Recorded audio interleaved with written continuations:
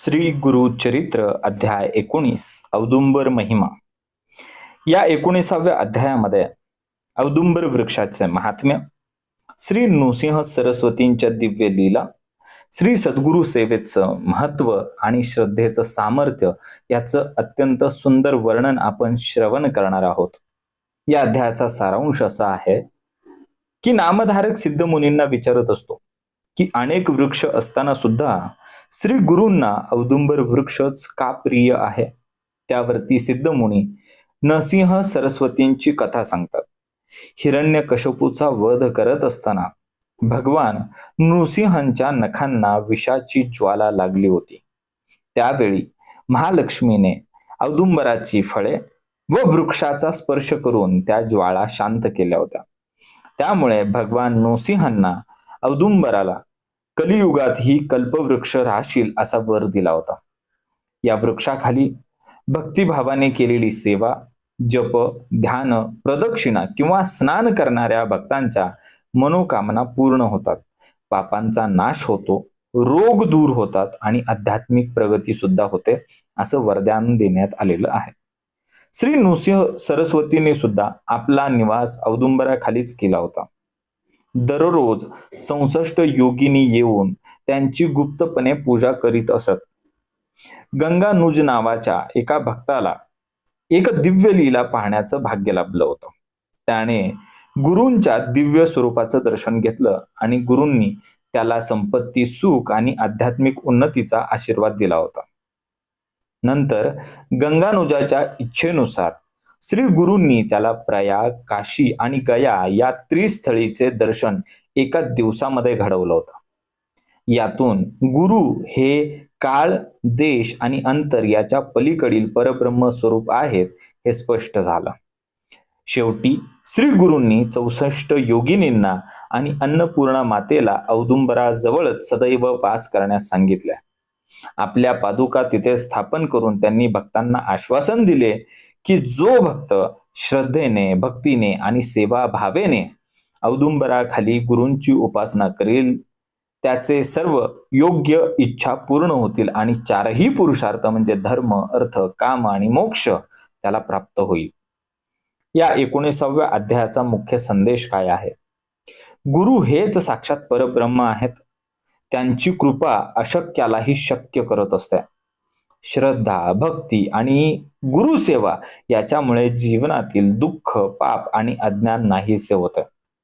औदुंबर हा केवळ वृक्ष नसून श्री गुरूंच्या कृपेचा आणि दैवी शक्तीचा जिवंत प्रतीक रूपी तो वृक्ष आहे. तीर्थयात्रेपेक्षा श्री गुरूंच्या चरणी अखंड श्रद्धा आणि सेवा केव्हाही श्रेष्ठच असते. श्री गुरूंवरती संपूर्ण विश्वास ठेवणाऱ्याला भौतिक समृद्धी बरोबरच आत्मज्ञान आणि मोक्षाचाही मार्ग खुला होत असतो. औदुंबर हा श्री गुरूंच्या कृपेचा कल्पवृक्ष आहे.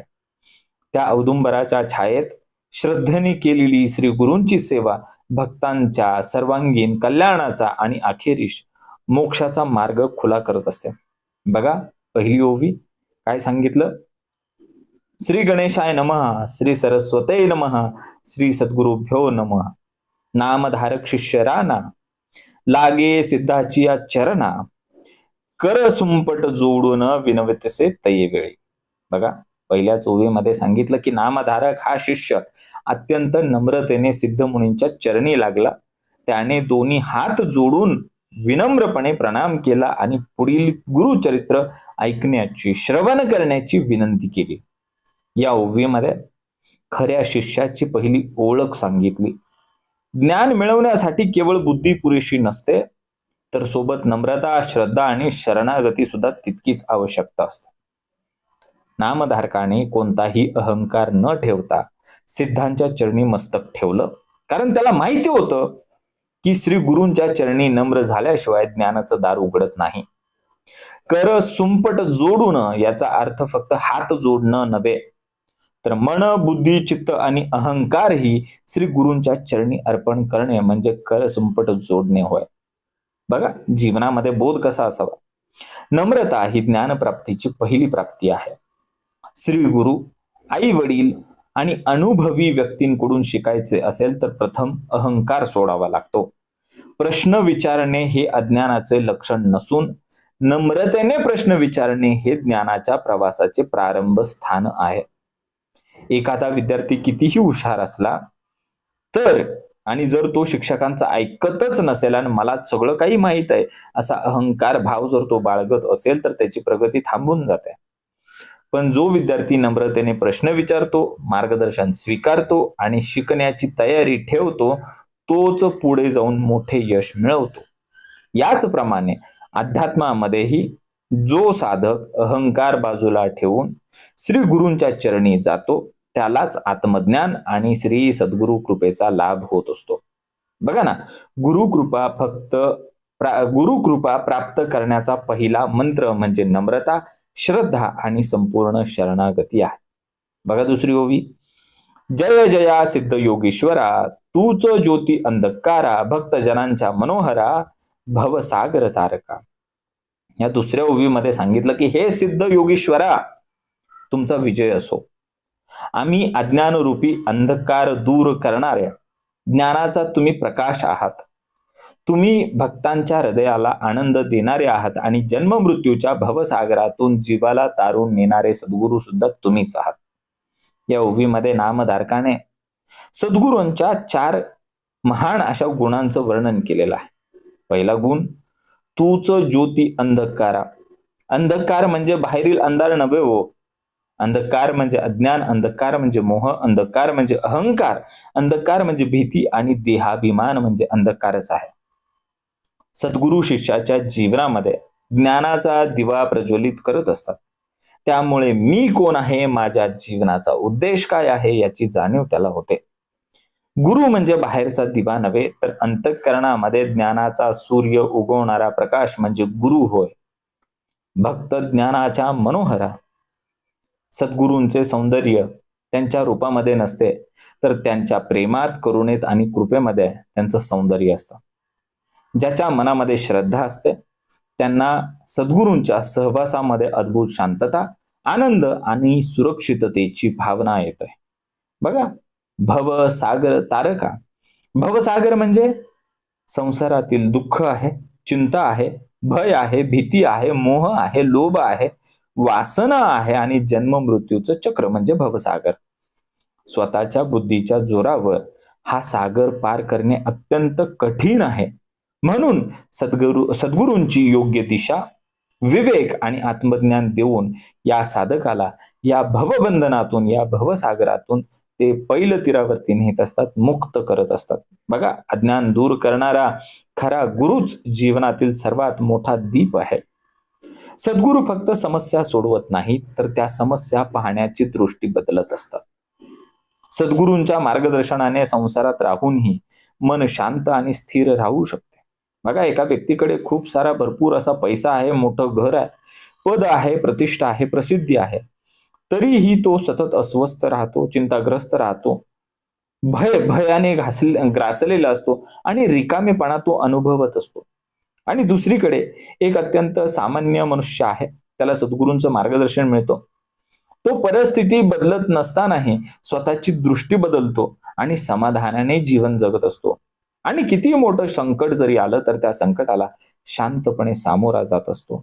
यालाच गुरु अंधकारातून प्रकाशाकडे नेणे असं म्हटलं आहे. बघा, समर्थ आपल्याला सांगतात की सद्गुरू विना ज्ञान नाही, ज्ञाना विना मुक्ती नाही. ही ओवी त्याच तत्वाची पुष्टी करते. सद्गुरू हेच ज्ञानाचे मूळ, भक्ताच्या आनंदाचे कारण आणि मोक्ष मार्गाचे खरे मार्गदर्शक आहेत. सद्गुरू म्हणजे अज्ञानाचा अंधार दूर करणारा ज्ञानसूर्य होय. भक्ताच्या हृदयातील आनंद आणि भवसागरातून मुक्तीकडे नेणारा दिव्य नावाडी म्हणजे सद्गुरू आहेत. बघा तिसरी ओवी, अज्ञान तिमिर रजनीत, निजले होते मदोन्मत, गुरुचरित्र मज अमृत, प्राशन करविले दातारा. मग काय सांगितलं तिसऱ्या ओवीमध्ये, हे गुरुदेव, हे सद्गुरू, मी अज्ञान रूपी काळोख्या रात्रीमध्ये अहंकार आणि विषय सुखाच्या नशेमध्ये अत्यंत गाढ झोपलेलो होतो, परंतु तुम्ही दयाळूपणे मला या श्री गुरुचरित्र या अमृताचे पान घडवले आणि माझे जीवन तुम्ही धन्य केलेलं आहे. ही ओवी प्रत्येक साधकाच्या जीवनाचं एक वास्तव सांगत आहे बघा. अज्ञान तिमिर रजनीत, है ना. इथं रजनी म्हणजे रात्र, रात्र म्हणजे बाहेरची रात्र नव्हे, तर आत्मस्वरूपाचा विसर पडलेली अवस्था म्हणजे ती अज्ञान रूपी तिमिरातली ती रात्र आहे. मीच देह आहे. सुख हे फक्त पैशामध्ये आहे, पदामध्ये आहे आणि विषय सुखांमध्येच सुख आहे. माझंच मत अंतिम आणि खरं, अशी अवस्था म्हणजे अज्ञानाची तिमिराची रात्र होय. बघा ज्ञानेश्वर माऊली सांगतात, अविद्या म्हणजे आत्मस्वरूपाचा विसर पडणे होय. बघा, निजलो होतो मदोन्मत, निजलो होतो, झोपलो होतो, आम्ही त्याच्यामध्येच झोपलो होतो, अज्ञानामध्येच झोपलेलो होतो, अगदी बेशुद्ध झालो होतो. कसे? मदोन्मत. मदोन्मत म्हणजे कसं? नशेमध्ये. आणि ही नशा कशाची होती? अहंकाराची नशा, पैशाची, संपत्तीची नशा, सौंदर्याची नशा, पदप्रतिष्ठेची नशा, ज्ञानाची नशा होती हो. या नशेमध्ये माणूस स्वतःचे खरे आत्मस्वरूप विसरून गेला होता. मग काय झालं? श्री गुरुचरित्र मज अमृत. अमृत म्हणजे मृत्यू, भय, दुःख आणि अज्ञान यावरती विजय मिळवून देते ते अमृत होय. श्री गुरुचरित्र वाचणे म्हणजे केवळ कथा वाचणे नव्हे, तर त्यातील गुरूंचे तत्व, गुरूंचे आचरण, गुरूंचे उपदेश आपल्या जीवनामध्ये उतरवणं म्हणजे ते गुरुचरित्र आत्मसात करणं. गुरुचरित्र मनाला शुद्ध करतं, आपल्या अंतरीचा विवेक जागृत करतं आणि श्रद्धा अधिक दृढ करतं. प्राशन करीले दातारा, इथे एक अत्यंत महत्वाचा संदेश आहे. अमृत समोर असलं, अमृत समोर आहे तरी ते अमृत पिण्याची प्रेरणा आणि पात्रता मात्र सद्गुरूच देत असतात. गुरु केवळ ग्रंथ देत नाहीत, तर त्या ग्रंथाचा अर्थ समजून देण्याची दृष्टी सुद्धा देतात. बघा ना, सर्वात मोठा शत्रू बाहेर नसून सर्वात मोठा शत्रू अज्ञान आणि अहंकार जो आपल्या आतमध्ये आहे. सद्गुरूंची कृपा म्हणजे जीवनाकडे पाहण्याची नवीन दृष्टी मिळवणे म्हणजे सद्गुरूंची कृपा. आध्यात्मिक ग्रंथाचे नियमित वाचन मनाला शुद्ध करून योग्य मार्ग दाखवत असते. एक व्यक्ती दिवस रात्र पैसा कमवण्यामध्ये व्यस्त आहे. त्याने मोठं घर घेतलं, मोठी गाडी घेतली, प्रतिष्ठा मिळाली, पद मिळालं, प्रसिद्धी मिळाली, हे सर्व काही त्याला मिळालं, पण त्याला समाधान काही मिळालं नाही. आणि मिळालं काय? रागराग, भय, भीती, ताणतणाव, चिंता आणि त्याची असुरक्षितता वाढत गेली.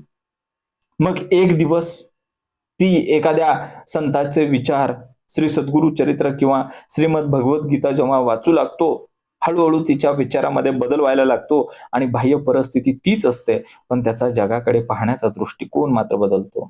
हीच काय आहे? गुरुचरित्र रूपी अमृताची कृपा आहे बरं का. बघा, समर्थ आपल्याला सांगतात की अविद्या गेल्या विण ज्ञान नाही, ज्ञानाविना मुक्ती नाही. ही ओवी त्याच तत्वाचं अनुभव सांगत आहे. गुरु कृपेने अज्ञान दूर होतं आणि आत्मज्ञानाचा प्रकाश त्या ठिकाणी प्रकट होतो. अहंकार आणि अज्ञानाच्या गाढ झोपेतून जागे करण्याचे सामर्थ्य गुरुचरित्र रूपी अमृतामध्येच आहे. आणि ते अमृत पाजणारे खरे दाते म्हणजे श्री सद्गुरूच आहेत. बघा, चौथी ओवी. त्याने झाले मज चेत, ज्ञान सूर्यप्रकाश होत, तुझे कृपेने जागृत, जाहलो स्वामी सिद्ध मुनी. मग काय सांगितलं? हे सिद्ध मुनी, गुरुचरित्र रूपी अमृतामुळे माझ्या अंतःकरणामध्ये जागृती आली, ज्ञान सूर्य माझ्या अंतरी उगवला आणि अज्ञानाचा अंधार आता नाहीसा झाला. हे सर्व आणि सर्व फक्त तुमच्या कृपेनेच घडलेलं आहे.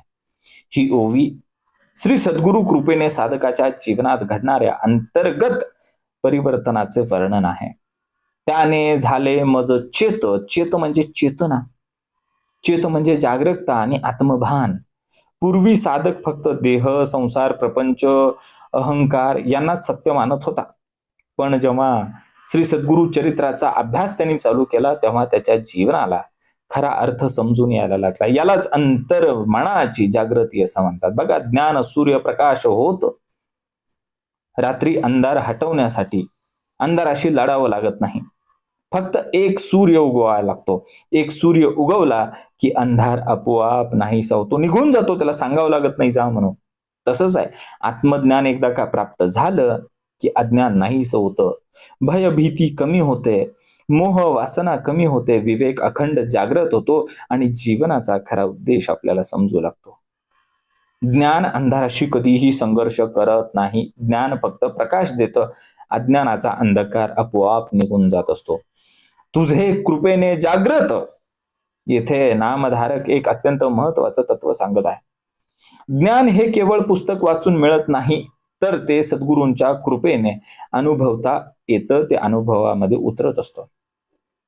सद्गुरू दिशा देतात, शंका दूर करतात आणि साधकाला स्वतःच्या आत्मस्वरूपाच्या अनुभवामध्ये काय करतात, समर्थ बनवत असतात. बघा, आध्यात्मिक जागृती म्हणजे केवळ कोणताही चमत्कार नसतो. आध्यात्मिक जागृता ती असते जेव्हा योग्य विवेक निर्माण होतो, ती आध्यात्मिक जागृती असते. गुरु आपल्याला नवीन जग देत नाहीत, तर ते जगाकडे पाहण्याचा नवीन दृष्टिकोन देत असतात. अज्ञानाचा नाश करण्यासाठी कुठलाही वाद घालावा लागत नाही. केवळ आणि केवळ ज्ञानाचा प्रकाश त्या ठिकाणी पुरेसा असतो आणि तिथेच अज्ञानाचा नाश होत असतो. बघा, एक व्यक्तीला वाटतं की माझा आनंद फक्त पैशामध्ये आहे, यशामध्ये आहे, प्रसिद्धीमध्ये आहे, आणि मग तो सतत धावपळ करतो, पण मनाला शांतता मिळत नाही. आणि मग एके दिवशी तो काय करतो, गुरुचरित्र वाचतो, सत्संग धरतो, त्याचा अभ्यास सुरू करतो आणि हळूहळू त्याला समजतं की आनंद बाहेरच्या वस्तूंमध्ये नसून स्वतःच्या मनाच्या स्थैर्यामध्येच आहे. परिस्थिती बदललेलीच नाहीये, फक्त परिस्थितीकडे पाहण्याचा दृष्टिकोन बदललेला आहे. हीच ज्ञान सूर्यप्रकाश ही व्याख्या आहे. बघा, उपनिषदांमध्ये हे सांगितलंय. बृहदारण्यक उपनिषदामध्ये एक प्रार्थना आहे. असतो मा सद्गमय, तमसो मा ज्योतिर्गमय, मृत्युर्मा अमृतंगमय. तमसो मा ज्योतिर्गमय, या ओळीवरती आता आपण फोकस करूया. तमसो मा ज्योतिर्गमय. हे प्रभू, मला कुठून कुठं घेऊन जायचंय? अंधारातून प्रकाशाकडे घेऊन जा. ही ओवी आपल्याला याच प्रार्थनेचं, या बृहदारण्यक उपनिषदातली जी प्रार्थना आहे त्याचं प्रत्यक्ष फळ दाखवते, ती हीच ओवी. सद्गुरूंच्या कृपेने अज्ञानाच्या अंधारातून ज्ञानाच्या प्रकाशाकडे आपण प्रवेश करत असतो. बघा, समर्थ आपल्याला सांगतात की विवेके आत्मा ओळखावा.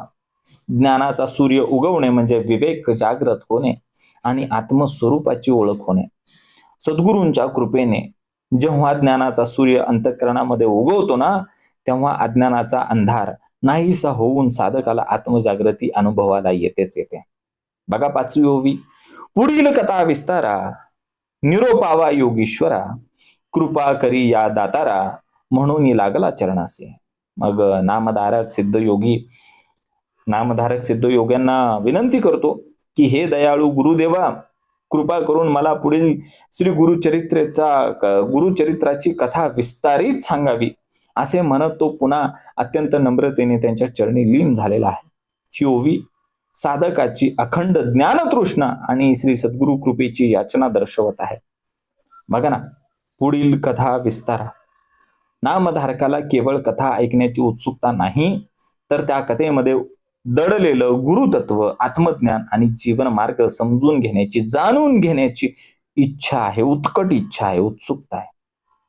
आध्यात्मिक ग्रंथ वाचण्यामागे मनोरंजन हा हेतू नसून स्वतःचे परिवर्तन घडवणे हेच उद्दिष्ट आपलं असलं पाहिजे. निरोपावा योगीश्वरा. निरोपावा म्हणजे संपूर्ण अर्थ स्पष्ट करून सांगावा. गुरु फक्त माहिती देत नाही, ते ज्ञानाला अनुभवाची जोड देतात. एकच ओवी अनेक जण वाचतात, पण सद्गुरूच त्या ओवीतला अर्थ उलगडून दाखवू शकतात. कृपा करी गा दातारा. नामधारकाला माहिती आहे की ज्ञान मिळवणं हे केवळ बुद्धीचं काम नाही, तर ज्ञान मिळवणं हे सद्गुरु कृपेचं फळ आहे. साधक अभ्यास करतो, पण त्याला अनुभूती श्री सद्गुरु कृपेनेच येत असते. म्हणून तो प्रथम कृपेची याचना करत आहे. म्हणून लागलं चरणास. ज्ञान मिळाल्यानंतर नामधारकाच्या मनामध्ये आता अहंकार निर्माण होणार नाही. उलट जितके ज्ञान मिळते तितकी त्याची नम्रता वाढत चाललेली आहे. हेच खऱ्या साधकाचं लक्षण आहे. रिकामं भांड जास्त आवाज करतं, भरलेलं भांड शांत असतं. तसंच खरा ज्ञानी हा अधिक विनयशील आणि विनम्र असतो. बघ ना, ज्ञानाची भूक कधी संपता कामा नये. प्रत्येक नवीन ज्ञानापूर्वी नम्रता अत्यंत आवश्यक आहे. श्री गुरूंची कृपा मागणारा साधकच आध्यात्मिक प्रगती करू शकतो. जितके शिकाल तितके अधिक नम्र आणि विनम्र व्हाल. एक विद्यार्थी पदवी मिळवल्यानंतर म्हणतो, आता सगळं काही मला येतंय, मला काय नवीन शिकायची गरज नाही, प्रगती थांबली. आणि दुसरा विद्यार्थी म्हणतो, यश मिळालं, पण अजून सुद्धा डिग्री मिळाली, पदवी मिळाली, पण अजून सुद्धा मला खूप काही शिकायचं आहे. तो सतत गुरूंकडून मार्गदर्शन घेत राहतो आणि त्याच्या जीवनामध्ये तो अधिक मोठी उंची गाठत राहतो. अध्यात्मामध्ये हाच नियम लागू होतो. समर्थ आपल्याला सांगतात की अभ्यास हे प्रकट व्हावे, नाही तरी झाकून असावे. याचा अर्थ सततचा अभ्यास, श्री गुरूंची सेवा आणि विनम्रता याच्यामुळे खरे ज्ञान प्रकट होत असते. जो साधक नम्रतेने श्री गुरूंच्या कृपेची याचना करत अखंड ज्ञान घेण्याची इच्छा ठेवतो, त्याला श्री गुरुचरित्राचा खरा अर्थ आणि आत्मज्ञान प्राप्त होत असतं. ऐकून शिष्याचे वचन संतोषला सिद्ध आपण, सांग तसे विस्तारून श्री गुरु महिमा अनुपम्य. बघा, मग शिष्याचे नम्र, श्रद्धायुक्त आणि जिज्ञासू बोलणे ऐकून सिद्ध मुनी अत्यंत संतुष्ट झाले. त्यांनी काय केलं, आनंदाने श्री गुरूंच्या अतुलनीय महिमा सविस्तर सांगण्यासाठी आता सुरुवात केलेली आहे. ही ओवी गुरु शिष्य परंपरेतील अत्यंत महत्वाचे तत्व शिकवते. श्रद्धा आणि नम्रता असेल तर गुरु स्वतःहून ज्ञानदान करू लागतात. ऐकून शिष्याचे वचन नामधारकाने गुरूंसमोर कोणताही हट्ट किंवा परीक्षा घेतली नाही. त्याने नम्रतेने, आदराने आणि शिकण्याच्या भावनेने प्रश्न विचारला. योग्य प्रश्न हा ज्ञानप्राप्तीचा आरंभ असतो, सुरुवात असते. आहे की नाही? संतोषला सिद्ध आपण, श्री गुरूंना धन, मान, सन्मान, स्तुती याने आनंद होत नाही. श्री गुरूंना सर्वाधिक आनंद तेव्हा होतो जेव्हा शिष्याच्या श्रद्धेने, विनम्रतेने, जिज्ञासेने आणि ज्ञानाची खरी तळमळ पाहून त्यांना जास्त आनंद होतो. जेव्हा शिष्य पात्र होतो तेव्हा श्री गुरूंचे हृदय आपोआप प्रसन्न होत असतं. सांग तसे विस्तारून. श्री सद्गुरू ज्ञान लपवून ठेवत नाहीत. जेव्हा त्यांना योग्य पात्रता दिसते तेव्हा ते केवळ उत्तर देत नाहीत, तर त्या विषयाचा खोल अर्थ उलगडून सांगत असतात. आध्यात्मिक ज्ञान हे शब्दापुरतं नसतं, तर त्यामागे अनुभवाची ताकद सुद्धा असते. बघा, गुरु महिमा अनुपम्य. अनुपम्य म्हणजे ज्याची तुलना कोणाशीही होऊ शकत नाही, ते अनुपम्य.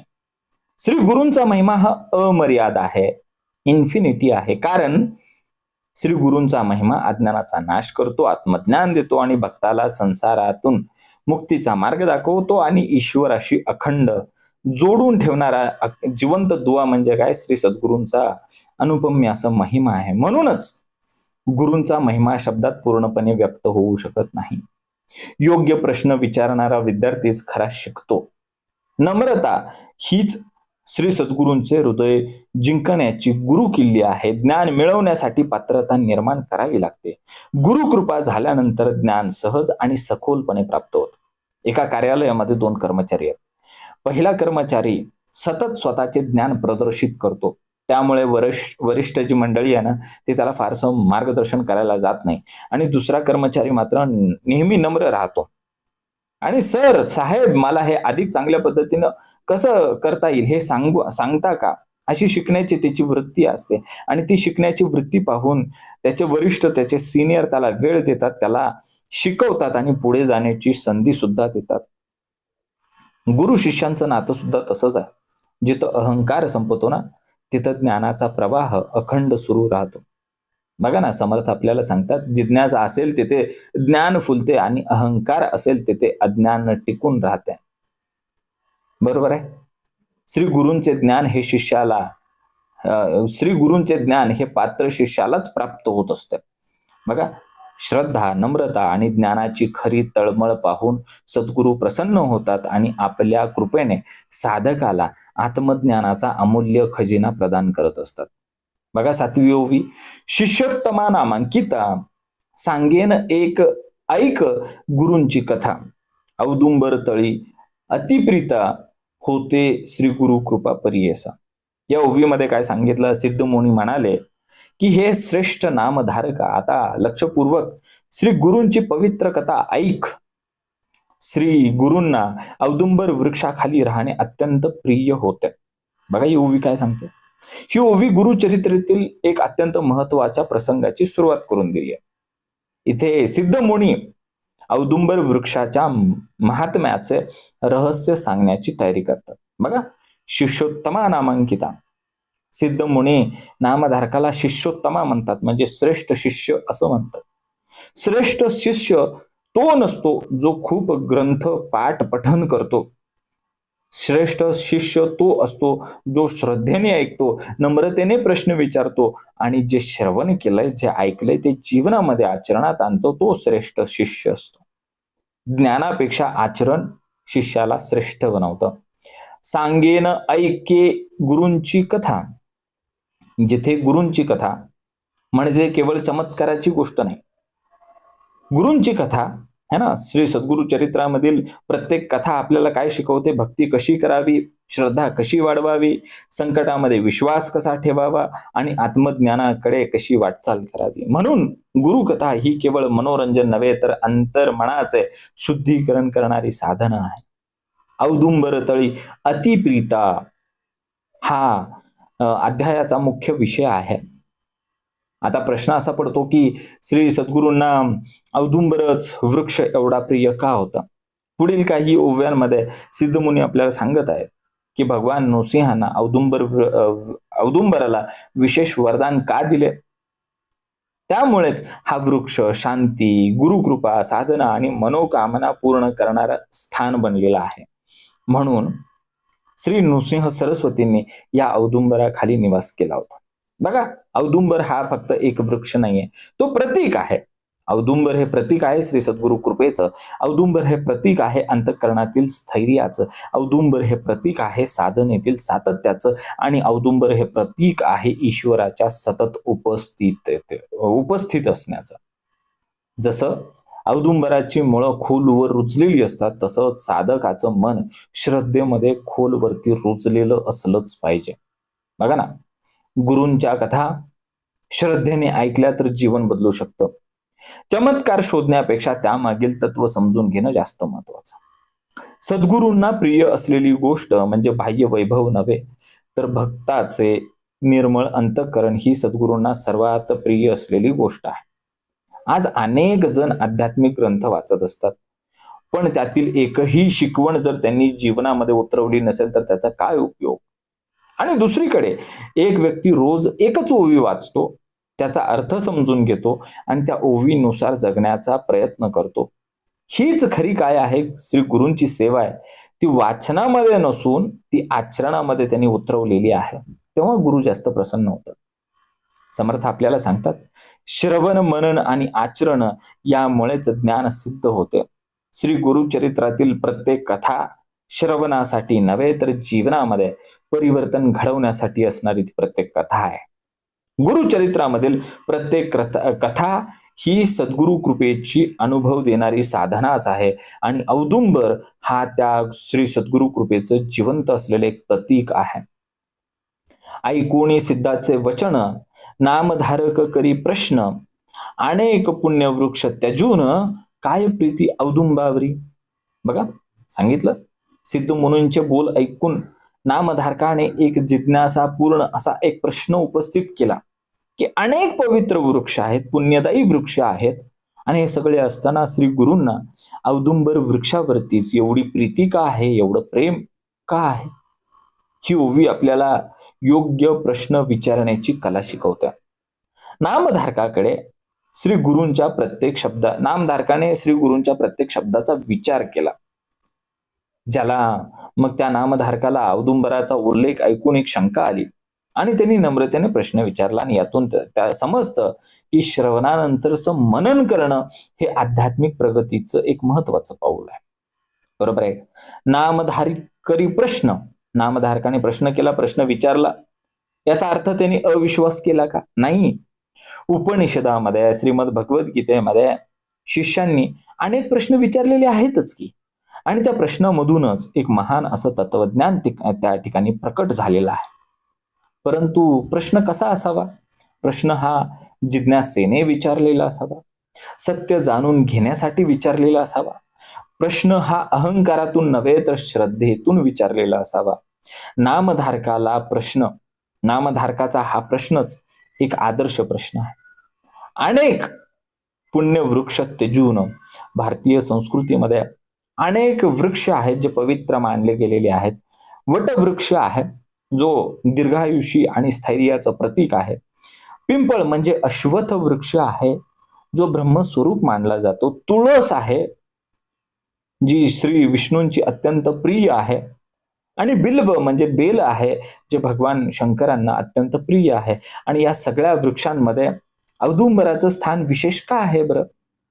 या प्रश्नाचे उत्तर पुढील ओव्यांमध्ये सिद्ध मुनी भगवान नरसिंह आणि औदुंबराच्या पौराणिक प्रसंगातून आता स्पष्ट करीत आहेत. काय प्रीती औदुंबरावरी? येथे प्रीती म्हणजे केवळ त्या वृक्षावरचं प्रेम नव्हे, तर प्रीती म्हणजे एक दैवी तत्व आहे. श्री गुरूंना वृक्ष महत्वाचा वाटत नाही, तर त्या वृक्षाशी जोडलेलं ईश्वरी कार्य, ईश्वरी तपश्चर्या, शांतता आणि गुरुतत्व जास्त महत्वाचं वाटतं. औदुंबर हा पुढे श्री गुरु कृपेचा, शांततेचा आणि साधनेचा प्रतीक म्हणून कसा आहे हे आता उलगडत जाईल. बघा, आध्यात्मिक मार्गावरती आपण आंधळेपणाने स्वीकार करू नये. श्रद्धेने प्रश्न विचारत राहावेत. जिज्ञासा ही ज्ञानाची जननी आहे. प्रत्येक भारतीय परंपरेच्या मार्गामध्ये काही ना काही तत्वज्ञान हे असतेच आणि ते समजून घेतल्यावरतीच श्रद्धा अधिक अधिक दृढ होत असते. एक मुलगा दररोज मंदिरामध्ये जातो, पण त्याला कोणताच प्रश्न पडत नाही की आपण नमस्कार का करतो बरं? आणि मग दुसरा मुलगा मात्र विचारतो, नमस्कार केल्याने काय बदलतं? आणि जेव्हा त्याला समजतं की नमस्कार करणे म्हणजे अहंकाराचा त्याग करणे आणि नम्रतेचा स्वीकार करणे, तेव्हा त्याची पूजा ही यांत्रिक राहत नाही, तर ती पूजा भावपूर्ण, श्रद्धापूर्ण बनते. तसाच नामधारकाचा प्रश्न आहे, औदुंबरच का बरं? तर तो वृक्ष नव्हे, तर त्यामागील आध्यात्मिक रहस्य जाणून घेण्याची इच्छा त्या नामधारकाची आहे, म्हणून तो प्रश्न उपस्थित झाला. समर्थ आपल्याला सांगतात की विवेकाने विचार करावा, अंधानुकरण करूच नाही. आणि नामधारकाचा प्रश्न हा विवेकयुक्त श्रद्धेचा आदर्श आहे. श्रद्धा आणि जिज्ञासा यांचा संगम झाला की गुरु तत्वज्ञानाची गुपिते उलगडतात. नामधारकाचा औदुंबराविषयीचा प्रश्न ही त्या ज्ञान प्रवासाची सुरुवातच आहे. बघा, अश्वत्थ वृक्ष असे थोर, म्हणून सांगती वेदशास्त्र, श्री गुरु प्रति औदुंबर कवन कारण निरोपावे. मग काय सांगितलं? वेद आणि शास्त्रामध्ये अश्वत्थ म्हणजे पिंपळ वृक्षाला अत्यंत श्रेष्ठ मानलेलं आहे, गणलेलं आहे. मग श्री गुरूंना औदुंबर वृक्षच विशेष असा प्रिय का आहे? यामागील कारण कृपया आम्हाला स्पष्ट करून सांगावे. या ओवीमध्ये नामधारक श्रद्धेसोबत विवेकाचाही उपयोग करतोय.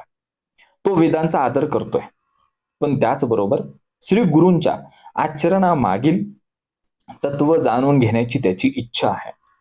यातून एक महत्वाचा संदेश आपल्याला असा मिळतो की आध्यात्मिक जीवनामध्ये श्रद्धा आणि विवेक यांचा समतोल, समन्वय अत्यंत आवश्यक आहे, गरजेचं आहे.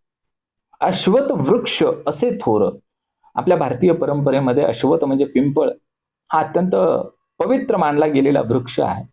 श्रीमद भगवद्गीतेच्या 10व्या अध्यायामध्ये भगवंत श्रीकृष्ण असं म्हणतात की अश्वत्थ सर्व वृक्षाणाम, म्हणजे सर्व वृक्षांमध्ये मी स्वतः अश्वत्थ आहे, असं श्रीकृष्ण स्वतः म्हटलेले आहे. याचा अर्थ पिंपळ म्हणजे हे अश्वत्थ हे दैवी चैतन्य, हे पिंपळ म्हणजे स्थैर्य आणि पिंपळ म्हणजे जीवनशक्तीचं प्रतीक मानलं गेलेलं आहे. म्हणून सांगती वेदशास्त्र. मग नामधारकाने स्वतःचं मत मांडलेलं नाहीये. नामधारक म्हणतो की हे सगळं तर वेदात आणि शास्त्रामध्ये सांगितलेलं आहे. हा खरा साधकाचा गुण आहे. तो वादासाठी प्रश्न विचारत नाही, तर शास्त्र आणि सद्गुरूंचं वचन यांचा समन्वय समजून घेण्यासाठी तो प्रश्न विचारतो. श्री गुरु प्रीती औदुंबर हे एक अत्यंत गहन असं आध्यात्मिक तत्व आहे.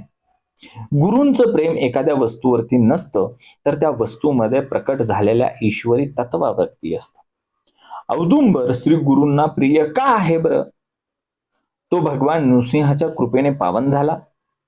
तो वृक्ष शांतता, तपश्चर्या आणि गुरुकृपेचं प्रतीक बनलेला आहे. तो वृक्ष श्री सद्गुरूंनी अनेक भक्तांवरती कृपा केली म्हणून प्रसिद्ध आहे. म्हणून याचे महत्व त्याच्या लाकडामध्ये किंवा त्याच्या पानांमध्ये नसून त्याच्यामध्ये जोडलेल्या दैवी तत्वांमध्ये आहे. कवन कारण निरूपावे. मग नामधारक उत्तराची मागणी करत नाही, तर तो कारण जाणून घेण्याची इच्छा त्या ठिकाणी प्रकट करतो, आणि हेच तत्वज्ञान आहे. धर्म म्हणजे केवळ काय करायचं हे सांगणं नाही, तर का करायचंय, वाय, हे समजून सांगणे म्हणजे धर्म होय.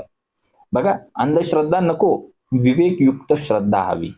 प्रत्येक परंपरेमागील तत्व समजून घेतल्यास श्रद्धा अधिक दृढ होते. गुरूंचे प्रत्येक आचरण हे एखाद्या महान आध्यात्मिक सत्याशी जोडलेलंच असतं. एखादा मुलगा आईला विचारतो, आपण रोज दिवा का लावतो बरं, संध्यावंदन का करतो बरं? आई म्हणते, आपल्या घरामध्ये तशी परंपरा आहे. पण जर ती पुढे सांगेल की दिवा लावणे, दीप प्रज्वलन करणे म्हणजे ज्ञानाचा प्रकाश आणि अज्ञानाचा अंधकार दूर करण्याचं प्रतीक आहे, तेव्हा त्या मुलाची श्रद्धा अधिक खोल होते, सखोल होते. नामधारकालाही औदुंबराच्या परंपरेमागील तत्व समजून घ्यायचं आहे, म्हणून तो प्रश्न विचारतो. बघा ना, समर्थ आपल्याला सांगतात की विवेकाने अर्थ जाणावा, केवळ शब्दावरती न राहावे. या विचाराचा प्रत्यय या ओवीमध्ये आलेला आहे. नामधारक बाह्य रूपाने नव्हे, तर आतील तत्व जाणून घेण्यासाठी इच्छुक आहे. खरा साधक परंपरेचा आदर करतो, पण तिच्या मागील आध्यात्मिक तत्व जाणून घेण्याची जिज्ञासा सुद्धा ठेवतो. हाच विवेकयुक्त श्रद्धेचा मार्ग आहे. बघा, सिद्ध म्हणे नामांकिता, सांगेन याची या वृत्तांता, जदी नरसिंह अवतार होता, हिरण्यकश्यप विदारीला. काय सांगितलं? सिद्ध मुनी नामधारकाला म्हणाले की हे नामधारका, आता मी तुला औदुंबर वृक्षाचे रहस्य सांगतो आहे. जेव्हा भगवान विष्णूंनी नृसिंह म्हणजे नरसिंह अवतार जेव्हा धारण करून हिरण्यकशिपूचा वध केला, तेव्हापासून या महात्म्याची, या महिम्याची सुरुवात झालेली आहे. ही जी ओवी आहे ना, ह्या औदुंबर महिम्याच्या मूळ कारणाकडे घेऊन जाणारी आहे. सिद्ध मुनी आता एका पौराणिक कथा सांगायला सुरुवात करत आहेत, आणि त्याच्या मागे एक गहन असा आध्यात्मिक संदेश सुद्धा आहे. सांगेन याची या वृत्तांता. सिद्ध मुनी आता थेट उत्तर देत नाहीत, तर ते एक प्रसंग सांगून त्यामागचं तत्व समजावत आहेत. हा भारतीय ऋषींच्या शिक्षणाचा मार्ग आहे. कथा म्हणजे केवळ इतिहास नव्हे, तर कथा म्हणजे तत्वज्ञान समजण्याचे प्रभावी माध्यम आहे. बघा, जधी नरसिंह अवतार होता, भगवान विष्णूंनी जेव्हा नृसिंह अवतार घेतला, तो काय घेतला? तर भक्त प्रल्हादाचं रक्षण करण्यासाठी घेतला, अधर्माचा नाश करण्यासाठी घेतला, सत्य आणि भक्तीचा विजय दाखवण्यासाठी त्यांनी तो अवतार घेतला नृसिंहाचा. नृसिंह म्हणजे कसं होतं? ते रूप अर्ध मानवाचं होतं आणि अर्ध सिंहाचं होतं. हे रूप हिरण्यकशिपूला मिळालेल्या वरदानाचा छेद करण्यासाठी ते रूप त्यांनी धारण केलं होतं. यातून आपल्याला समजतं की ईश्वराची कृपा आणि न्याय हा मानवी कल्पनेच्या पलीकडे कार्य करत असतो. हिरण्यकशिप विदारीला. हिरण्यकशिपू हा केवळ एक राक्षस नव्हता, तर हिरण्यकशिप हा अहंकार होता, अत्याचार होता, आणि ईश्वर विस्मृतीचं प्रतीक म्हणजे तो हिरण्यकश्यप होता. आध्यात्मिक दृष्टीने पाहिलं तर हिरण्य म्हणजे सोनं हो, आणि कश्यप म्हणजे देहाभिमानी, विषय आसक्ती ठेवणारा, म्हणजे प्रत्येकाच्या अंतःकरणामध्ये असलेला लोभ, अहंकार, क्रोध आणि स्वार्थ हा हिरण्यकशिपू आहेच की. नृसिंह म्हणजे ईश्वर ज्ञान आणि सद्गुरु कृपा म्हणजे नृसिंहांचा अवतार, जो या अंतर्गत असुराचा नाश करत असतो. बरोबर आहे का? या ईश्वर प्रत्येक युगामध्ये धर्माचं रक्षण करण्यासाठी योग्य मार्गाने प्रकट होत असतात. आणि सर्वात मोठा शत्रू हा बाहेर नसून आपल्या मनातील अहंकार हा सर्वात मोठा शत्रू आहे. एकदा का श्री सद्गुरु कृपा मिळाल्यानंतर अंतःकरणातील हिरण्यकशिपूचा नाश होतोच होतो. हिरण्यकशिपू नष्ट होतच असतो, फक्त आपल्याला सद्गुरु कृपा मिळाली पाहिजे. एका व्यक्तीला वाटतं की माझ्याकडे पैसा आहे, सत्ता आहे, पद आहे, प्रतिष्ठा आहे, प्रसिद्धी आहे, आता मला कोणाची गरज नाही. हळूहळू त्याचा अहंकार वाढायला लागतो, त्याची नाती आणि नातेसंबंध तो स्वतःहून तोडायला लागतो, आणि त्याचं मन अस्थिर होतं, ताणतणावामध्ये तो जातो, डिप्रेशन. आणि एक दिवस त्याला एखाद्या संताचं एखादं सद्गुरूंचं मार्गदर्शन मिळतं आणि मग तो स्वतःकडे प्रामाणिकपणे पाहू लागतो, तो नम्र होतो आणि आयुष्य त्याचं बदलू लागतं. हीच अंतर्मनातील नृसिंहांची लीला आहे. अहंकाराचा नाश आणि सत्याचा उदय आहे. समर्थ आपल्याला सांगतात, वारंवार सांगतात, समर्थ आपल्याला वारंवार सांगतात की अहंकार हा आत्मज्ञानाचा सर्वात मोठा अडथळा आहे. जोपर्यंत तो अहंकार रूपी हिरण्यकशिपू आपल्या अंतरी, आपल्या मनामध्ये जिवंत आहे ना, तोपर्यंत प्रल्हाद म्हणजे भक्ती आणि आत्मज्ञान त्या ठिकाणी फुलणारच नाही, कारण हिरण्यकशिपू अजून जिवंत आहे. नरसिंह अवताराची कथा केवळ एका दैत्याच्या वधाची नव्हे, तर ती प्रत्येक साधकाच्या अंतःकरणातील अहंकाराचा नाश करून भक्ती आणि सत्याचा विजय घडवणाऱ्या गुरुकृपेची कथा म्हणजे ते नरसिंह अवताराची कथा आहे. बघा पुढची ओवी. नखे करुणी दैत्यासी विदारिले कोपेसी, आतडी काढून या हर्षी घातली माळ गळा नरहरीने. मग भगवान नरहरी म्हणजे नरसिंह यांनी प्रचंड क्रोधाने आपल्या तीक्ष्ण नखांनी हिरण्यकशिपूचं पोट फाडलं आणि त्याची आतडी काढून विजयाचं प्रतीक म्हणून ती आतडी स्वतःच्या गळ्यामध्ये माळेसारखी त्यांनी धारण केली. ही ओवी प्रथमदर्शनी आपल्याला उग्र किंवा हिंसक वाटू शकते, परंतु गुरुचरित्रातील अशा प्रसंगाचे अर्थ शब्दशः न घेता प्रतिकात्मकपणे आपल्याला समजून घ्यावे लागतील.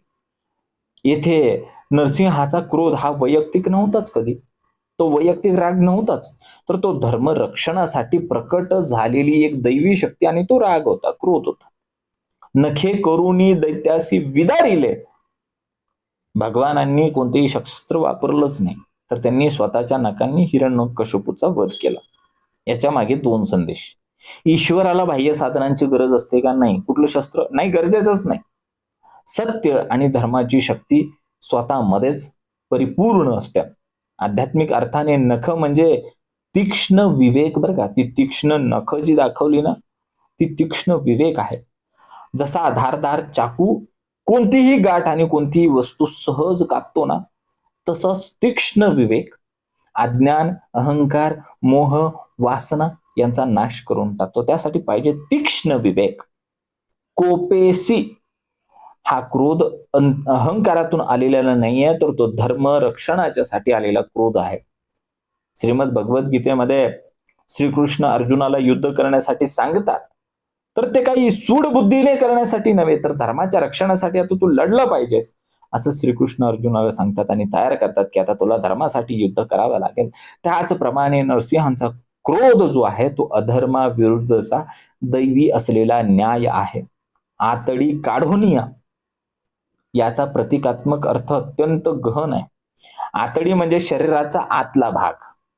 आध्यात्मिक दृष्टिकोनातून याचा अर्थ असा होतो की आपल्या मनामध्ये खोलवर रुजलेला अहंकार, लोभ, मत्सर, क्रोध, स्वार्थ, वासना यांचं समूळ उच्चाटन करणं म्हणजे ती आतडी काढून या असं झालं. सद्गुरू आपल्याला बाह्य वर्तनामध्ये बदल घडवत नाही, तर ते आपलं अंतःकरण शुद्ध करतात. कसं? अंतःकरण शुद्ध करायचं असेल तर क्रोधाचं समूळ उच्चाटन झालंच पाहिजे, मत्सराचं समूळ उच्चाटन झालं पाहिजे, अज्ञानाचं, अहंकार समूळ उच्चाटन झाल्यानंतरच आपलं अंतःकरण शुद्ध होणार आहे. घातली माळ गळा ही विजयाची माळ आहे. याचा अर्थ असा की जेव्हा साधक आपल्या अंतःकरणातील दोषांवरती विजय मिळवतो ना, तेव्हा ते दोष त्याच्यावरती राज्य करीत नाहीत, उलट तेच त्याच्या आत्मविजयाचे स्मरण चिन्ह बनत असतात. बघा, आध्यात्मिक साधना वरवरचा बदल नसून अंतर्मनाचं शुद्धीकरण म्हणजे आध्यात्मिक साधना. दोष दडपून ठेवूच नाहीत, तर त्या दोषांचे समूळ सकट निरीक्षण करून त्यांचा त्याग उच्चाटन करावं. धर्मासाठी आवश्यक असलेला कठोरपणा आणि वैयक्तिक राग याच्यामध्ये खूप मोठा फरक आहे. एखाद्या व्यक्तीला राग येतो, तो फक्त राग दाबतो, पण त्या मागील अहंकार, अपेक्षा आणि असुरक्षितता तपासत नाही. आणि दुसरा व्यक्ती आत्मपरीक्षण करतो, मला इतका राग का येतोय आणि हा राग का आला, माझ्या कोणत्या अहंकाराला धक्का बसला आणि राग आलेला आहे. ती मुळं शोधत शोधत तो काय करतो, स्वतःला बदलतो. हीच काय आहे, दैत्याचं पोट फाडणं म्हणजे दोषाच्या मुळापर्यंत जाणं हीच आध्यात्मिक प्रक्रिया आहे. समर्थ आपल्याला सांगतात, प्रथम आपले दोष पाहावेत आणि ते दूर करावेत. आणि सद्गुरु चरित्रामध्ये ही ओवी त्याच तत्वाला प्रतिकात्मक स्वरूपामध्ये व्यक्त करत आहे. नरसिंहांनी हिरण्यकशिपूचा वध केला म्हणजे है ना, केलेला वध, नरसिंहांनी हिरण्यकशिपूचा केलेला जो वध आहे ना, तो प्रत्येक साधकाच्या अंतःकरणातील अहंकार, लोभ, वासना, अधर्म यांचे विवेकरूपी शक्तीने मुळासकट केलेलं उच्चटन, समूळ उच्चटन याचं प्रतीक आहे बरं का तो वध. बघा पुढं, त्या दैत्याचे पोटी विष होते कळकुट्टी, जैसे वडवाग्नी मोठे तैसे विष परियेची. बघा मग काय सांगितलं, सिद्ध मुनी म्हणतात की त्या हिरण्यकशिपूच्या शरीरामध्ये कालकूट विषासारखं प्रचंड घातक असं विष भरलेलं होतं आणि ते विष समुद्रातील वडवाग्नीप्रमाणे अत्यंत प्रखर आणि दाहक सुद्धा होतं. ही ओवी आपल्याला केवळ हिरण्यकशिपूच्या शरीराच्या विषाबद्दल माहिती दिलेली नाही आहे, तर आपल्या मनामधील विषारी प्रवृत्तीचं प्रतिकात्मक वर्णन म्हणजे ते विष आहे कालकूट. त्या दैत्याच्या पोटी विष होते काळकुट्टी. कालकूट नावाचं विष जे समुद्र मंथनातून निर्माण झालेलं सर्वात भयंकर विष मानलं जातं. इथे त्याचा अर्थ असा आहे की हिरण्यकशिपूच्या अंतःकरणामध्ये अज्ञान होतं, अहंकार होता, द्वेष होता, मत्सर होता, क्रोध होता, लोभ होता, ईश्वराचा द्वेष सुद्धा होता आणि सत्तेचा गर्व होता. एवढं होतं त्या हिरण्यकशिपूच्या अंतःकरणामध्ये. आणि ते कालकूट रूपा इतकं विषारी होतं, ते विषारी वृत्ती त्याच्या इतक्या खोलवर पसरलेली होती की त्याचं संपूर्ण जीवन त्या कालकूट विषाने व्याप्त झालं होतं, व्यापलेलं होतं. संदेश असा आहे की माणसाला बाहेरचं विष मारतच नाही, त्याच्या मनातील विषच त्याच्यासाठी घातक असतं. जैसे वडवाग्नी मोठी, वडवाग्नी म्हणजे समुद्राच्या तळाशी असलेली अखंड ज्वाला जी सतत धगधगत असते, तशीच मत्सराची आग, सुडाची आग, मग अहंकाराची आग, असूयेची आग, वासनेची आग जी माणसाच्या मनाला सतत जाळत असते. ती आग प्रथम स्वतःला जाळते आणि नंतर ती इतरांना दुःख देते. हिरण्यकशिपू हा फक्त इतिहासातील एक दैत्य नाही, तर हिरण्यकशिपू आपल्या प्रत्येकाच्या मनात असणाऱ्या प्रवृत्तीचे प्रतीक आहे, ज्याला इतरांचे चांगले पाहू देत नाही, सतत तुलना करायला लावतो, मीच श्रेष्ठ हा अहंकार वाढत जातो, ईश्वर आणि सत्यापासून आपल्याला दूर नेतो. मग यासाठी काय पाहिजे, सद्गुरूंची कृपा पाहिजे. आणि सद्गुरूंची कृपा म्हणजे या कालकूट विषाचं रामबाण औषध बरं का. बाहेरच्या शत्रूपेक्षा मनातील द्वेष हा अत्यंत जास्त धोकादायक असतो. अहंकार आणि मत्सर माणसाला हळूहळू विषारी बनवतो. आत्मपरीक्षण, संतसंग, नामस्मरण आणि सद्गुरु सेवा ही मनातील विष उतरवण्याची साधन आहे. ती कालकूट विष जर उतरवायचं आहे ना, उपासना, नामस्मरण, सत्संग, आत्मपरीक्षण, सद्गुरु सेवा ही उत्तम साधनं आहेत. बघा, दोन सहकारी आहेत, एकाच पदासाठी प्रयत्न करतात. एकाला प्रमोशन, पदोन्नती मिळते, दुसरा त्याचं अभिनंदन न करता दिवस रात्र त्याचा मत्सर करतो. त्याची झोप उडलेली असते, त्याचं मन अस्वस्थ झालेलं असतं आणि त्याचा स्वतःचा आनंद नाहीसा झालेला असतो. आणि पदोन्नती मिळालेल्या व्यक्तीपेक्षा मत्सर करणारी व्यक्ती, त्याला स्वतःला जास्त त्रास होतो. त्याची झोप उडली, त्याचंच मन अस्वस्थ झालं, रात्रंदिवस तो फक्त मत्सरच करत गेला. हे त्या व्यक्तीच्या मनामध्ये असलेलं कालकूट विष आहे बरं का.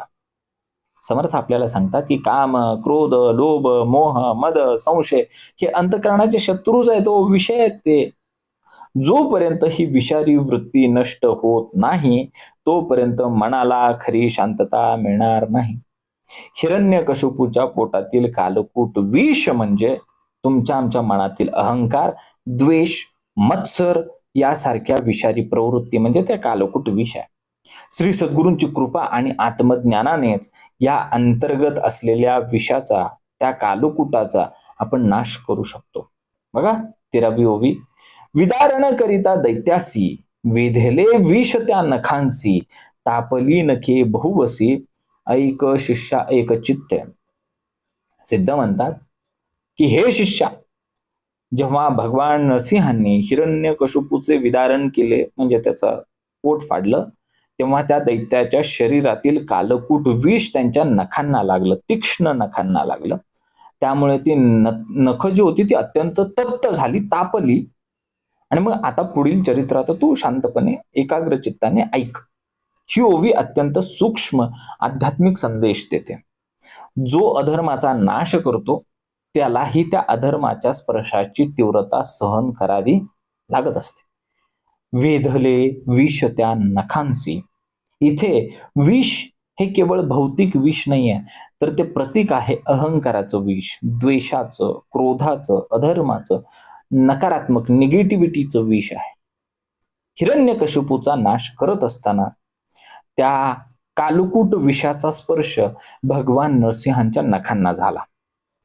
यातून संदेश काय मिळाला की दृष्ट प्रवृत्तीचा सामना करत असताना त्याचा परिणाम आपल्याला जाणवतो, म्हणून शुद्धीकरण अत्यंत गरजेचं असतं. तापली नखे, नखे तापली म्हणजे दैवी शक्तीलाही त्या विषाचा दाह जाणवला की नाही. नरसिंहांना, साक्षात नरसिंहांना सुद्धा त्या विषाचा दाह जाणवला, त्यांची नख तापली, अशी कथा सांगते. याचं प्रतिकात्मक रूप आहे.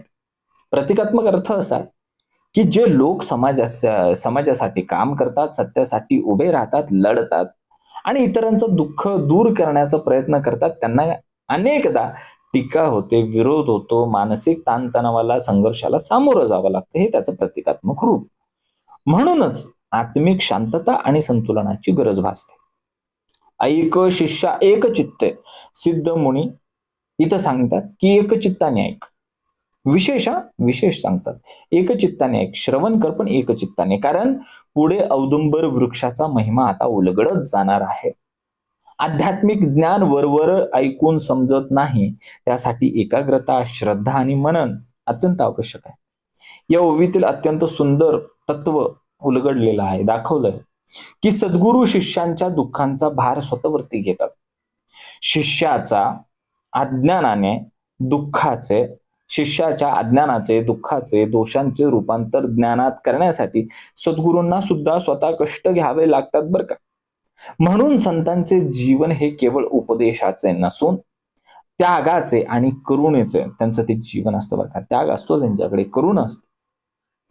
नकारात्मकता म्हणजे निगेटिव्हिटीशी सामना करत असताना स्वतःचे मन शुद्ध ठेवणं हे अत्यंत गरजेचं आहे.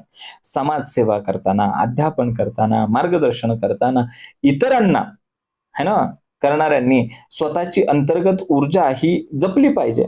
हे सगळं करायचंच आहे, समाजसेवा करा, मार्गदर्शन करा, पण स्वतःची अंतर्गत ऊर्जा सुद्धा जपली पाहिजे. आणि एकाग्रतेशिवाय कोणतीही आध्यात्मिक ज्ञान खोलवरती समजत नाही, उलगडत नाही. ते काउन्सिलर आहे, समुपदेशक आहे.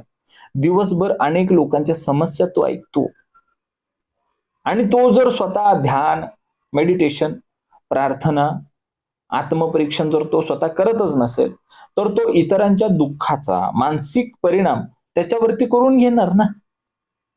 म्हणून तो स्वतःचे मन शांत ठेवण्यासाठी त्यांनी नियमित साधना केली पाहिजे, कारण त्याचा जॉब असतो, काउन्सिलर आहे तो. लोक त्याच्याकडे येऊन त्याला निगेटिव्हिटी देणार आहेत, मग त्यानं पॉझिटिव्ह राहण्यासाठी मेडिटेशन केलं पाहिजे, उपासना केली पाहिजे. हीच काय आहे, नख लागलेल्या विषाला शांत करणं या तत्वाची आधुनिक रूपातील अभिव्यक्ती आहे. समर्थ आपल्याला सांगतात की विवेकाने वागावे, अंतःकरण शुद्ध ठेवावे आणि सतत आत्मपरीक्षण करावे. बाह्य कार्य करत असताना आपल्या आतली शुद्धता टिकवणे हेच साधकाचे खरे सामर्थ्य आहे. बघा, अधर्माचा नाश करताना नकारात्मकतेचा स्पर्श आपल्याला होऊ शकतो, निगेटिव्हिटी येणार आपण काहीतरी चांगलं करायला गेलं. म्हणून सद्गुरू आणि साधक दोघांनाही अंतःकरण शुद्ध ठेवण्यासाठी ज्ञान, साधना आणि शांततेची अत्यंत जास्त गरज असते. बघा पुढची ओवी. तये समयी महालक्ष्मी घेऊन आली अतिप्रेमी, औदुंबर फळ नामी शांती कारणे नखासी.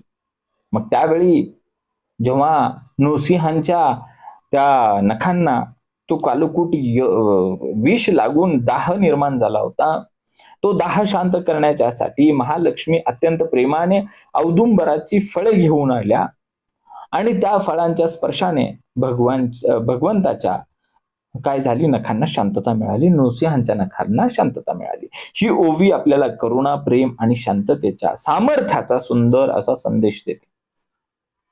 भगवान नरसिंहांनी अधर्माचा नाश केला, परंतु त्यानंतर त्यांचा उग्र भाव शांत करण्यासाठी स्वतः महालक्ष्मी पुढे आल्या.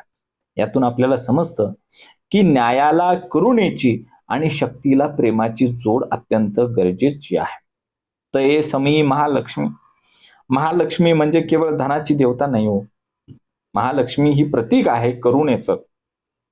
महालक्ष्मी प्रतीक आहे प्रेमाचं. महालक्ष्मी प्रतीक आहे सौम्यतेचं. महालक्ष्मी प्रतीक आहे संतुलनाचं, शांततेचं. जिथे उग्रता असते तिथे करुणेचा स्पर्श खूप जास्त गरजेचा असतो. घेऊन आली अतिप्रेमी. महालक्ष्मी काय घेऊन आली हो? औदुंबराचं फळ अत्यंत प्रेमाने घेऊन आल्या. यातून संदेश काय मिळाला? जिथं प्रेम असतं तिथे उपचाराची शक्ती सुद्धा असते. केवळ औषध पुरेसं नसतं, तर त्यामागचा प्रेम भावही तितकाच महत्वाचा असतो.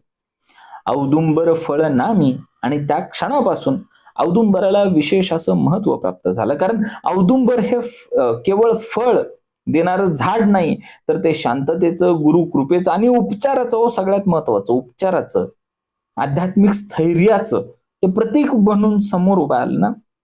कोण? औदुंबर. या कारणामुळे पुढे नृसिंह सरस्वतींनी औदुंबराखाली निवास केला. शांती कारणे नखासी.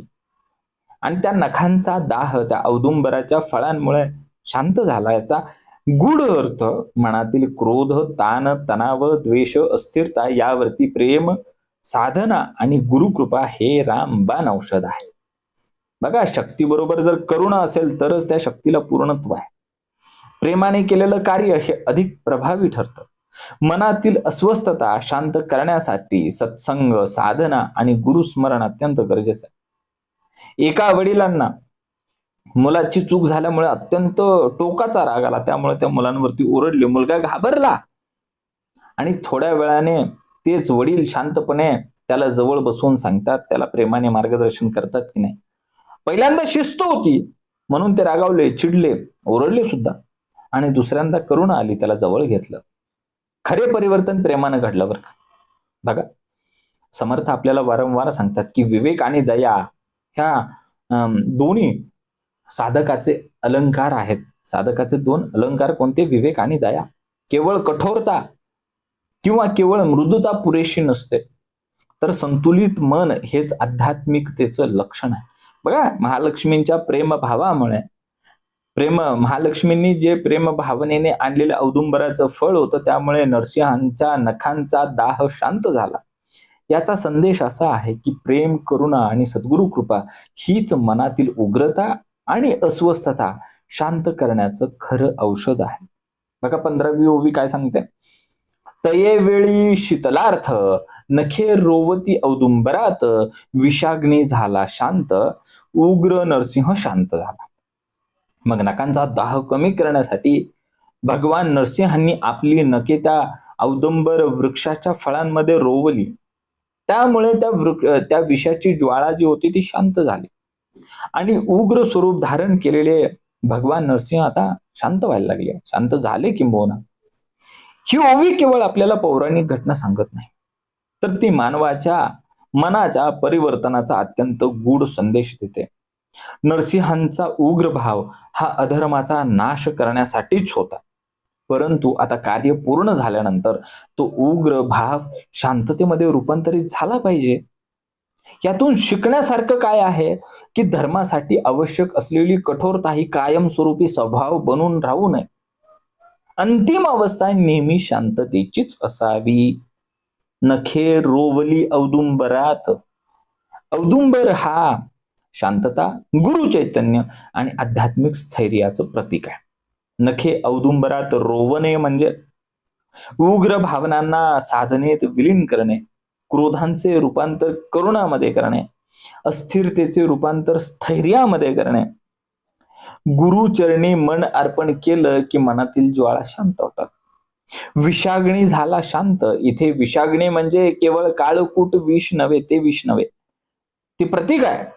क्रोधाचा अग्नी, मत्सराचा अग्नी, वासनेचा अग्नी, सुडाचा अग्नी, अहंकाराचा अग्नी, अस्वस्थतेचं अग्नी, गुरुकृपा आणि साधनेमुळे हे सगळी अंतर्गत जी आग आहे ना, जो अग्नी आहे ना, तो काय होतो, हळूहळू शांत होतो. उग्र झाला, उग्र नरसिंह शांत झाला. उग्र नरसिंह शांत झाला, हा या ओवीचा सर्वात मोठा संदेश आहे. ईश्वराचा उद्देश विनाश नाही, तर धर्माची पुनर्स्थापना आणि शांतता हाच ईश्वराचा उद्देश आहे. म्हणून अधर्माचा नाश झाल्यावर नरसिंह पुन्हा शांत झालेला आहे. यातून आपल्याला काय शिकायला मिळालं, की राग हा कायम बाळगूच नये. संघर्ष संपल्याच्या नंतर मन शांत करावं. विजयाचा शेवट अहंकारात नव्हे, तर शांततेतच व्हायला पाहिजे. क्रोध हा साधन असू शकतो, क्रोध हा स्वभाव असू शकत नाही. क्रोध हा स्वभाव असूच नाही. मनातील उग्रता शांत करण्यासाठी श्री सद्गुरु स्मरण, नामस्मरण, ध्यान अत्यंत गरजेचं आहे. प्रत्येक संघर्षानंतर मनाला पुन्हा संतुलित करणं हीच सर्वात मोठी साधना आहे. एक डॉक्टर आपत्कालीन शस्त्रक्रिया करताना अत्यंत कठोर निर्णय त्याला घ्यावे लागतात, पण शस्त्रक्रिया संपल्यानंतर त्या डॉक्टरांमध्ये ती कठोरता राहत नाही. तो रुग्णांच्या नातेवाईकांशी प्रेमाने बोलतो, संवाद ठेवतो. कामाच्या वेळी असलेली कठोरता गरजेचीच आहे, आवश्यक आहे, पण त्याच्यानंतर शांतता पाहिजे. हीच ती परिपक्वता आहे. तसेच एखादे आई वडील मुलाने केलेल्या चुकीसाठी त्याला कठोर शब्दामध्ये त्याला समज देतात, रागवतात, पण नंतर त्याला प्रेमाने जवळ घेणे तितकंच गरजेचं आहे. बघा, समर्थ सांगतात की विवेकाने मन स्थिर करावे. मनातील काम, क्रोध, मद, मत्सर, लोभ, वासना यांचा अंत करून शांतता, प्रसन्नता आणि स्थिरता मनामध्ये निर्माण करणे हीच खरी साधना आहे. औदुंबरामध्ये नखे रोवून नरसिंहांचा विषदाह आता शांत झाला. याचा आध्यात्मिक अर्थ असा की गुरुकृपा, साधना आणि आत्मविवेक यांच्या आश्रयाने मनातील क्रोध, अहंकार आणि अस्वस्थता शांत होऊन अंतःकरणामध्ये स्थैर्य आणि शांतता प्रकट होत असते. जर तुम्हाला हा अध्याय पुन्हा पुढच्या भागामध्ये अजून श्रवण करायचं असेल तर कमेंट करून सांगा. तशा पद्धतीनं याचं निरूपण करण्यात येईल. धन्यवाद.